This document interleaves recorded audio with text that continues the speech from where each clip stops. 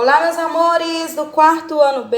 Hoje vamos para mais uma aula de História. E o nosso assunto de hoje, meus amores, desenvolvimento socioeconômico.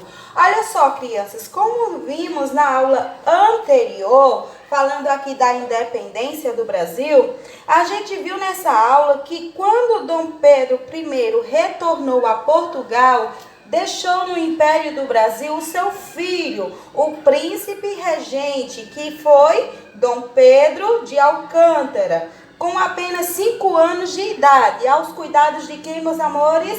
De José Bonifácio. E tempos depois, Dom Pedro de Alcântara reinou no Brasil com o título de Dom Pedro II. Hoje vamos dar continuidade aqui. Olha só, crianças. Nós observamos que os 2 primeiros períodos políticos, depois da independência do Brasil, aconteceram de forma inconstitucional. No primeiro reinado, como vimos na aula anterior, a Assembleia foi dissolvida por Dom Pedro I, que ortogou a Constituição da forma que lhe conviera.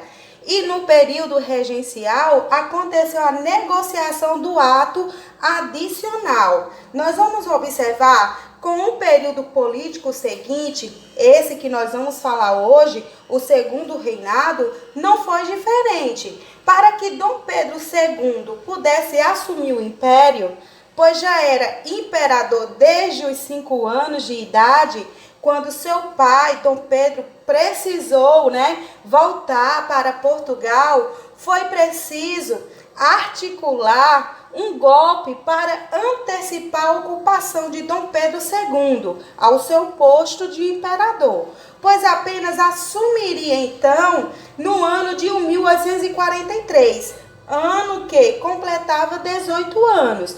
Para que o golpe da maioridade acontecesse, aos 14 anos, o imperador pudesse de fato assumir a nação, os políticos favoráveis a tal ato argumentariam que era um desejo do povo, tanto que há registro de que cerca de 8.000 pessoas se reuniram para saudá-lo cantando.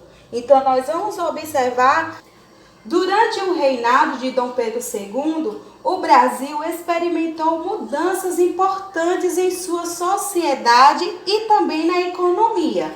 Olha só, crianças, no ano de 1850, nossa população era de aproximadamente 8 milhões de habitantes. E quando foi realizado aqui o recenseamento, isso percebe que houve um crescimento ainda aumentando. E esse crescimento deu-se pelo nascimento também dos descendentes dos imigrantes. Não havia, crianças, centros urbanos tão populosos como hoje. E as zonas rurais eram mais importantes economicamente. Desenvolvia-se as culturas de café e cana-de-açúcar. Naquela época, meus amores, os centros urbanos mais importantes eram as cidades do Rio de Janeiro, capital desde 1763.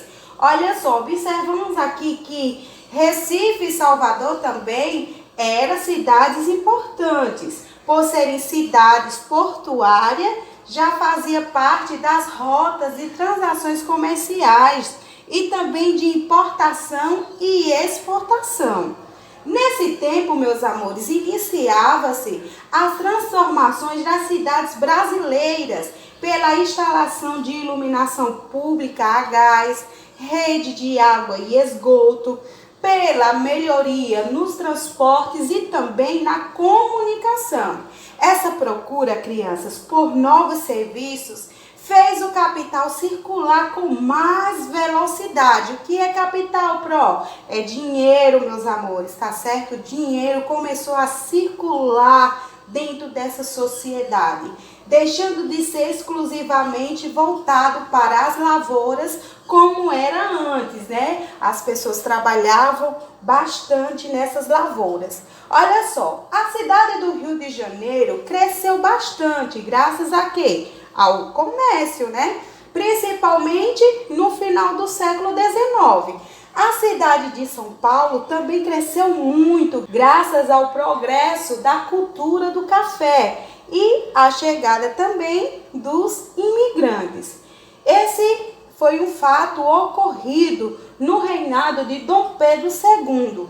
Boa parte, meus amores, desse capital antes era utilizado, sabe para quê? Para comprar escravos. Foi aplicado também essa parte do capital em outras atividades econômicas, como importação de máquinas para a melhoria da produção agrícola, que nessa época a produção agrícola era o quê? Café, açúcar e a erva mate. E também, meus amores, investido nas manufaturas, que são fábricas de quê? De tecido, aonde tecia os tecidos. Houve uma política de substituição de importações, procurando produzir aqui o que antes era importado de Inglaterra. Olha só, meus amores, na economia, o Brasil começou a passar pelo ciclo do café, ou seja, o café tornara-se o principal produto de comercialização para chegar a esse posto de principal riqueza.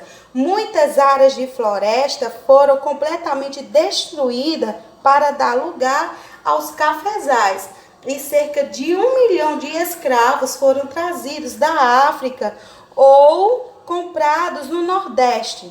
Então, nós observamos aqui que é daí, meus amores, aonde surge a lei Eusébio de Queiroz, que proibia o tráfico de escravo. Então, nós vamos observar que muito influente nesse desenvolvimento, durante o império de Dom Pedro II, foi o Irineu Evangelista de Souza. Ele participou desse desenvolvimento.